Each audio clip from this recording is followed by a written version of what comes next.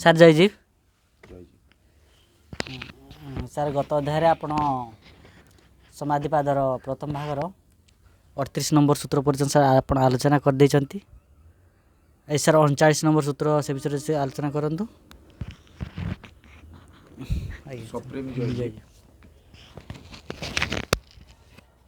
ପ୍ରିୟ ଆତ୍ମନ, ସମାଧିପାଦର ଯେଉଁ ସୂତ୍ର ଗୁଡ଼ିକ ଆଲୋଚନା ଆମର ପର୍ଯ୍ୟାୟକ୍ରମରେ ଚାଲିଛି। ଗତ ଥର ମୁଁ ଆଲୋଚନା କରିଥିଲି 38 ନମ୍ବର ସୂତ୍ର। ଆଜିର ଆଲୋଚନାର ବିଷୟ ହେଉଛି 39 ନମ୍ବର ସୂତ୍ରର। ସେଥିରେ ମହର୍ଷି ପତଞ୍ଜଳିଙ୍କର ଯେଉଁ 39 ନମ୍ବର ସୂତ୍ରଟିକୁ ହେଉଛି ଯଥାଭିମତ ଧନତ୍ୱା, ଅର୍ଥାତ୍ ସମାଧିସ୍ଥ ଆଡ଼କୁ ଯିବା ବେଳକୁ ବା ସ୍ୱରୂପ ଅବସ୍ଥାକୁ ସ୍ଥିତିକୁ ଗଲାବେଳକୁ ଯିବା ଆମର ଧ୍ୟାନ ଗୋଟେ ସର୍ବୋତ୍ତମ ସାଧନ। ତ ଏ ଯେଉଁ ଧ୍ୟାନ କରିବା ତ କାହାକୁ କରିବା? ଧ୍ୟାନ ସମ୍ବନ୍ଧରେ ମହର୍ଷି ପତଞ୍ଜଳିଙ୍କର ବହୁତ ଅନ୍ୟାନ୍ୟ ପୁରୁଣା ଭାଷ୍ୟକାରମାନେ ବହୁତ ପ୍ରକାର ସେମାନେ ଉପାୟ ବତେଇଛନ୍ତି। ସେହି ପ୍ରକାର ଉପାୟ ଗୁଡ଼ିକୁ ଅବଲମ୍ବନ ଦ୍ୱାରା ଯେଉଁ ସାଧକ ଧ୍ୟାନସ୍ଥ ହୁଅନ୍ତି, ସେ ଧ୍ୟାନରେ କାହାରି ନା କାହାରି ଏକ ସାକାର ରୂପର ଧ୍ୟାନ କରନ୍ତି ବା କୁହାଯାଇଛି। କାହାରି ନା କାହାରି ଗୋଟେ ସାକାର ରୂପର ଧ୍ୟାନ କରାଯାଏ। କିନ୍ତୁ ମହର୍ଷି ପତଞ୍ଜଳିଙ୍କର ସୂତ୍ରର ବିଶେଷ ଭାବରେ ସେଭଳି ସାକାର ରୂପର ଉଦ୍ଦେଶ୍ୟ ତ ନାହିଁ, କିନ୍ତୁ ସାକାର ରୂପଟା ମାଧ୍ୟମ ହେଇପାରେ। କିନ୍ତୁ ସାକାର ରୂପର ହେଉଛି ଆମର ପ୍ରକୃତ ଆମର ଲକ୍ଷ୍ୟ ହେଉଛି ଆମ ତଦାଦୃଷ୍ଟ ସ୍ୱରୂପୀ ଅବସ୍ଥାନ। ସ୍ୱରୂପ ସ୍ଥିତି ପାଇବା ପାଇଁ ବା ସ୍ୱରୂପ ସ୍ଥିତିକୁ ସ୍ୱରୂପ ସ୍ଥିତିର ଅନୁଭବ ସ୍ତରକୁ ଆସିବା ପାଇଁ ଧ୍ୟାନ କରିବା ଆବଶ୍ୟକ। ତ ଏଇ ଯେଉଁ ଧ୍ୟାନ କରିବାର ଯେଉଁ ପୁରୁଣା ଭାଷ୍ୟକାରମାନେ ଯେଉଁ ପ୍ରକାର ଧ୍ୟାନର ଯେଉଁ ବିଧି ବା ଉପାୟ ବତେଇଛନ୍ତି, ସେଥିରେ ଆଲୋଚନାର ବିଷୟ ହେଉଛି ଯେ ସେମାନେ ପ୍ରକୃତରେ ଯୋଗର ଲକ୍ଷ୍ୟ ଯେଉଁ ସ୍ୱରୂପସ୍ଥ ହେବା, ସେଇ ସ୍ୱରୂପ ସ୍ଥିତିରେ ବା ସୂତ୍ରର ଯେଉଁ ଆଲୋଚନା ସେମାନେ ସୂତ୍ର ଉପରେ ଆଧାରିତ କରି ଆଲୋଚନା କରିଛନ୍ତି। ସେଥିରେ ପ୍ରକୃତରେ ସାଂସ୍କୃତ ଜ୍ଞାନ ବା ସାଂସ୍କୃତିକ ଜ୍ଞାନ ଯାହାର ଥିବ, ତାଙ୍କର ଅନୁଭବ ଜନିତ ଜ୍ଞାନର ଅଭାବ ଥିଲା।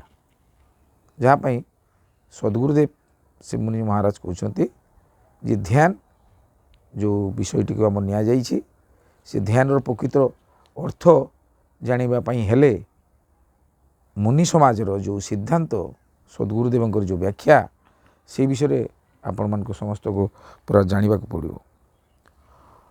ଯେଉଁ ଧ୍ୟାନ ଦ୍ୱାରା ଯୋଗବଳ ଓ ମନୋବଳ ବଢ଼ିବ। ଧ୍ୟାନ ଦ୍ୱାରା ଯୋଗବଳ ମନୋବଳ ବଢ଼ିବ। ତ ମନକୁ ଧ୍ୟାନସ୍ଥ କରିବା ପାଇଁ, ରୋକିବା ପାଇଁ ତାର ଯେଉଁ ଉପାୟ ଯେଉଁ ରଖାଯାଇଛି, ସେଥିରେ ଦୁଇ ପ୍ରକାର ସଦ୍ଗୁରୁଦେବ ବତେଇଛନ୍ତି। ପ୍ରଥମ କଥା ହେଉଛୁ ଯେ ମନ ଯାହାକୁ ବହୁତ ଭଲ ପାଏ, ତାଙ୍କଠାରେ ମନ ଅଟକିଯିବ। ଆଉ ତାର ପ୍ରିୟ ଜିନିଷ ଯଦି ତାଙ୍କର ସମ୍ମୁଖକୁ ଆଣେ, ତା ଅଟକିଯିବ। ଆଉ ଦ୍ୱିତୀୟରେ ହେଉଛି ମନକୁ ଯଦି ସାଧନ ମାଧ୍ୟମରେ ଥକେଇ ଦିଆଯାଏ, ସାଧନ ମାଧ୍ୟମରେ ତାକୁ ଶାନ୍ତ କରାଯାଏ, ମାନେ ଥକେଇ ଦିଆଯାଏ, ସେ ପୁଣି ବିଶ୍ରାମ ସ୍ଥିତିକୁ ପଳାଇ ଆସିବ। ତ ମନ ବିଶ୍ରାମ ସ୍ଥିତିରେ ଯାଇକି ଧ୍ୟାନସ୍ଥ ହୋଇପାରିବ। ଚଞ୍ଚଳ ଥିବା ମନ ଧ୍ୟାନସ୍ଥ ହୋଇପାରିବ ନାହିଁ। ତେଣୁ ମନକୁ ସାଧନ ମାଧ୍ୟମରେ, ଶାରୀରିକ ପ୍ରକ୍ରିୟା ମାଧ୍ୟମରେ, ପ୍ରାଣାୟାମ ମାଧ୍ୟମରେ ମନକୁ ଶାନ୍ତ ଭାବେ, ସ୍ଥିର ଭାବେ କିଛି ସମୟ ତାର ସାଧନ କଲେ ସେ ଶାନ୍ତ ଓ ସ୍ଥିର ହେବ। ତ ସେ ସ୍ଥିତିକୁ ଗଲେ ଧ୍ୟାନ ହେବାଟା ସହଜ ହେବ। ଆଉ ଏକ ପ୍ରକାର ହେଉଛି ତାର ପ୍ରିୟ ଜିନିଷ ଯଦି ତା ସମ୍ମୁଖରେ ଧରେଇ ଦିଆଯାଏ, ଯେମିତି ତାଙ୍କର ଗୋଟେ ଉଦାହରଣ ଦେଇଛନ୍ତି, ଦୌଡ଼ିଥିବା ଘୋଡ଼ାଟିକୁ ଅଟକିବା ପାଇଁ तार जो खाद्य खाद्यर पुटुली जदि ता सामने देखई दिया जाए से अटकी जीव से तार खाद्य देखी अटकी जीव अर्थात से खाद्य अतिरिक्त भल पाए तो प्रिय जिनस तो सद्गुरुदेव कहवा कथा रोचे जे ध्यान प्रकृत रहस्य हूँ धाता ध्येय ध्यान धाता ध्येय ध्यान धाता माने जे कर्ता ताकर ध्येय वस्तु कौन निजर स्वरूप आत्मस्वरूप आउ ध्यान माने हूँ से तार कर्म ता पाखरे अटकी जा बार हो जा तो ये धाता ध्येय ध्यान ये संबंध रे जो जानापी हेले सद्गुरुदेवंकर जो रचित आत्मज्ञान युक्त पुस्तक जो केते गुड़िक अच्छी आत्मा संबंध में तांकर माने से स्वरूप ज्ञान आपण पुस्तक माध्यम जो सद्गुरुदेवंकर भाष्य से गुड़ाक बारंबार पढ़िले मनन चिंतन कले ध्यानर प्रकृत कर्ता प्रकृत स्थिति विषय रे मालूम हम किंतु सेतिरे मध्य यथेष्ट नुहे तापाई दरकार होची जो मुनि समाज रे जो साधन प्रणाली से मुनि समाज साधन रे जिते साधन करी चक्रवेदन क्रिया परे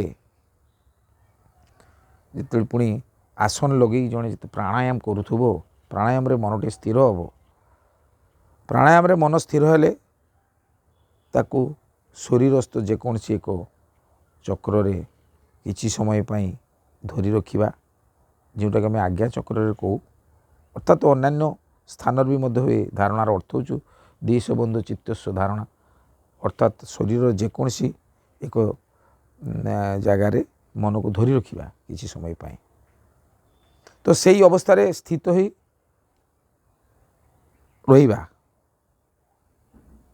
किछि समय रहिबा परे मन शांत होबो आ मन जिते शांत होबो से सांसारिक विषय को न दौड़ी से तार निज सत्ता जो चित्त सहित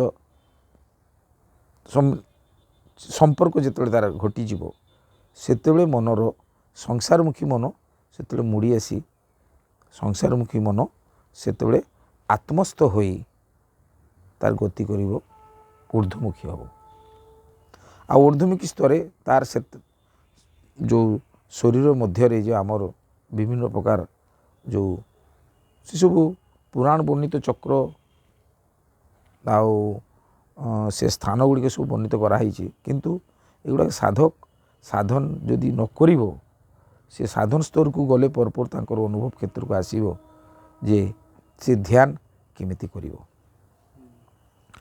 तो सद्गुरुदेवंकर ध्यान भी मत करा जाई पारे प्राथमिक स्तर सद्गुरुदेवंकर ध्यान किछि समय करिबा परे ध्यान रे धाता ध्येय ध्यान क्या होछि सेठी आउ केही रहिबे नाही कर्ता निजे रहिबो जे कर्ता साधन करूछि से निजे रहिबो तार ध्येय वस्तु तार निजर जीव सेतिरे तारी मनन चिंतन से करूथिबो आ मनन चिंतन करू करू जेतेबेले से शांत आ स्थिर हो जीवो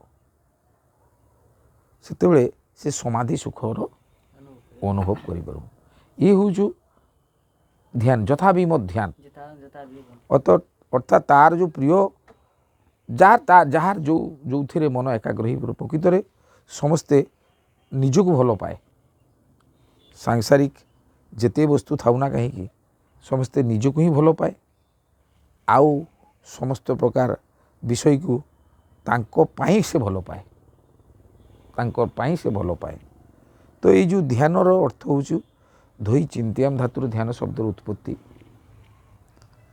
गोटे प्रकार जो आमर आम जो स्थिति को जानिले सद्गुरुदेव सिद्धांत रे जो जानिले जे आमर आत्मर ध्यान करिबो माने सेठी आपणकर सांसारिक कौन सी विषय वस्तु रहिबो नाही केवल सद्गुरुदेव सामने रखा जाई पारे बा अतिरिक्त प्रिय वस्तुटी सामने ध्यान कर प्राथमिक स्तर रे किंतु दृढ़ पर्यायर जिते ध्यानस्थ जड़े भी हम से साधक से तार निज स्थिति रे रहिबो या हूँ ध्यान यथा माने सर से ध्यान स्थिति रे ଦୈତ୍ୟ ଜଗତକୁ ସେ ଯିବନି, ଅଦୈତ୍ୟ ସେଠି ଶିବମୁନି ଆଉ ମାନେ ଧର ତାଙ୍କ ଗୁରୁ ଶିଷ୍ୟ ସେଠି ଏକ, ସେ ଦୈତ୍ୟ ମାନେ ଦୈତ୍ୟ ରହିବନି, ସେ ଅଦୈତ୍ୟ ହେଇଯିବ। ସେଟା ପରିଷ୍କାର କରିଦେଇଛନ୍ତି ଯେ ଯେଉଁ ଧାତା ହଁ ଯିଏ ଧ୍ୟାନ କର୍ତ୍ତା ତାର ଦେହ ବସ୍ତୁ ମାନେ ସେ କ'ଣ ଚାହେଁ କ'ଣ ଚାହେଁ ଆଉ ତାର କର୍ମଟା କ'ଣ ଧ୍ୟାନ, ସେଥିରେ ସେ ସ୍ଥିତ ହେଇକି ରହିବ।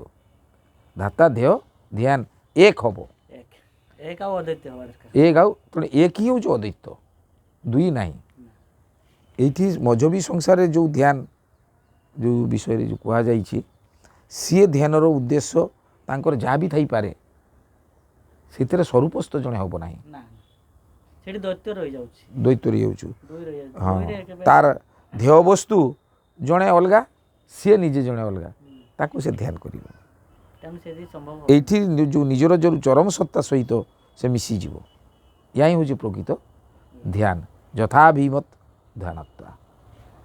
ତେଣୁ ଆମର ପ୍ରିୟ ସମସ୍ତଙ୍କୁ ମୋର ଜଣାଇ ରଖିବା ଦରକାର ଯେ ମହର୍ଷି ପତଞ୍ଜଳିଙ୍କର ଏଇ ଯେଉଁ ଧ୍ୟାନର ଯେଉଁ ଆଲୋଚନା ଟିକେ ଯଥାଭିମତ ଧ୍ୟାନତ୍ୱାର ଯେଉଁ ଉଦ୍ଦେଶ୍ୟ ରହିଲା ସେଥିରେ ମନର ବିଶେଷ ବହୁତ କିଛି ଶଙ୍କା ଦୂର ହେଇଯାଇଥିବ। ହଁ କାହିଁକି ନା ମଜବି ସଂସାରର ଧ୍ୟାନ ସମ୍ବନ୍ଧରେ ଯେଉଁ ଜ୍ଞାନ ଆଉ ମୁନି ସମାଜର ଧ୍ୟାନ ସମ୍ବନ୍ଧରେ ଯେଉଁ ଜ୍ଞାନ ସେ ବି ପୁଣି ହେଉଛି ମହର୍ଷି ପତଞ୍ଜଳିଙ୍କର। ସେଇ ମହର୍ଷି ପତଞ୍ଜଳିଙ୍କର ଯେଉଁ ସୂତ୍ର ଗୁଡ଼ିକୁ ଭାଷ୍ୟ କରିଥିବା ଆମର ସଦ୍ଗୁରୁଦେବ ଶ୍ରୀମୁନିଜୀ ମହାରାଜ ପ୍ରକୃତ ଧ୍ୟାନର ଅର୍ଥ ଆମ ସମ୍ମୁଖରେ ତାଙ୍କର ପୁସ୍ତକ ମାଧ୍ୟମରେ ମୁନି ସମାଜର ସାଧନ ମାଧ୍ୟମରେ ଆମ ସମ୍ମୁଖରେ ତାହିଁ ସେ ଆଣିଛନ୍ତି। ଆଉ ତାକୁ ହିଁ ଜାଣି ଆମେ ସାଧନ କରିବା, ଧ୍ୟାନସ୍ଥ ହେବା, ପ୍ରକୃତ ସ୍ୱରୂପସ୍ଥ ହେବା, ଯେଉଁଟା ଯୋଗର ଶେଷ ଲକ୍ଷ୍ୟ।